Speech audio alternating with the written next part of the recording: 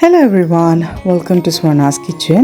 In this video, we will pellatari dumbudu pura nama barsa bannaga pellatari laayikade neeride dekkide aven beipade ayku uppu paadde laayikade beipade aven guddudu nama chuldete tinonditta. So onje snack video undo dumbudu healthy snack. So pellatarina beipade chuldete tinondittina onje video maltada.